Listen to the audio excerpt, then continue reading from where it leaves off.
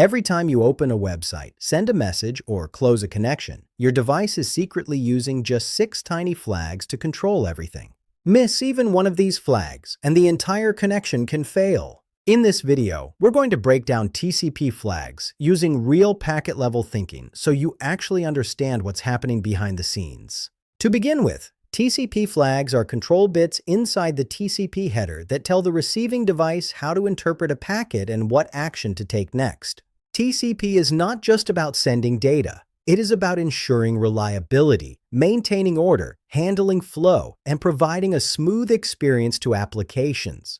For example, when you open a website, your browser doesn't just send data randomly. It follows a strict sequence of steps controlled entirely by these flags. Let's start with the SYN flag. SYN is used to initiate a connection, but more importantly, it synchronizes sequence numbers between the client and the server. TCP treats data as a continuous stream of bytes, so both sides must agree on where the stream begins. For example, when you type a website URL and hit enter, your system sends a SYN packet with a sequence number, say 1000, essentially saying, "My data starts here." The server responds with its own SYN and an acknowledgment, for example, sequence 5000 and acknowledgment 1111, confirming it received your request and sharing its own starting point. Confirming it received your request and sharing its own starting point. Your system then sends a final acknowledgment, and only after this exchange does the connection actually get established. This entire process happens in milliseconds but is critical for reliable communication. Next comes the ACK flag, which is the backbone of TCP reliability. ACK doesn't just mean, "I got your packet." It means, "I have received everything up to this byte." For example, if your system sends data from byte 1000 to 2000 while loading a web page, the server may respond with ACK 2001, meaning it successfully received all bytes up to 2000 and is now expecting the next byte. If even one packet in between is lost, the acknowledgement will not move forward, which helps TCP detect packet loss and trigger retransmissions. This is why sometimes when your internet is unstable, you see delays. TCP is waiting to receive missing data before proceeding. Now let's look at FIN, which is used to gracefully close a connection. FIN does not immediately terminate communication. Instead, it signals that one side has finished sending data but can still receive data. For example, when you finish loading a web page and close the browser tab, your system sends a FIN packet saying, "I'm done sending data." The server acknowledges this, but may still send remaining data if needed. Once the server is also done, it sends its own FIN, and your system acknowledges it. This 4-step process ensures that no data is lost during closure and that both sides properly finish communication. In contrast, the RST flag is used for immediate termination.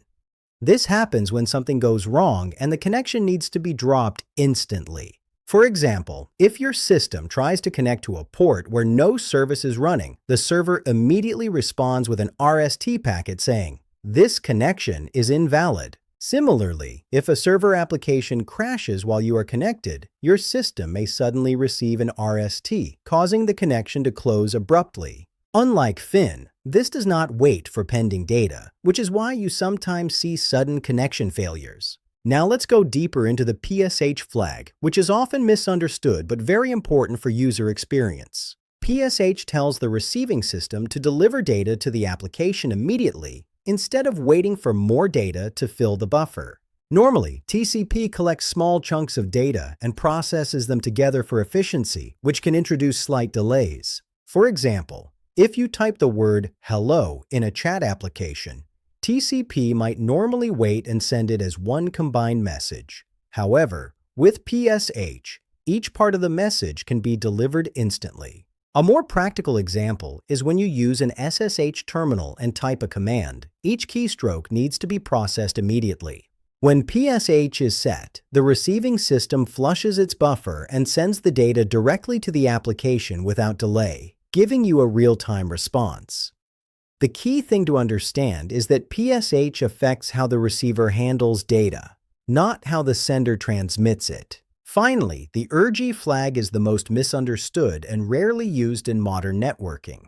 URG indicates that a portion of the data is urgent and should be processed with priority. It works along with something called the urgent pointer, which specifies which part of the data is urgent. For example, imagine you are connected to a remote system and running a continuous process like a ping command. If you press Ctrl+C to stop it, that interrupt signal needs to be handled immediately without waiting behind other data. In such cases, TCP can mark that part of the data as urgent using the URG flag, allowing the receiver to prioritize it.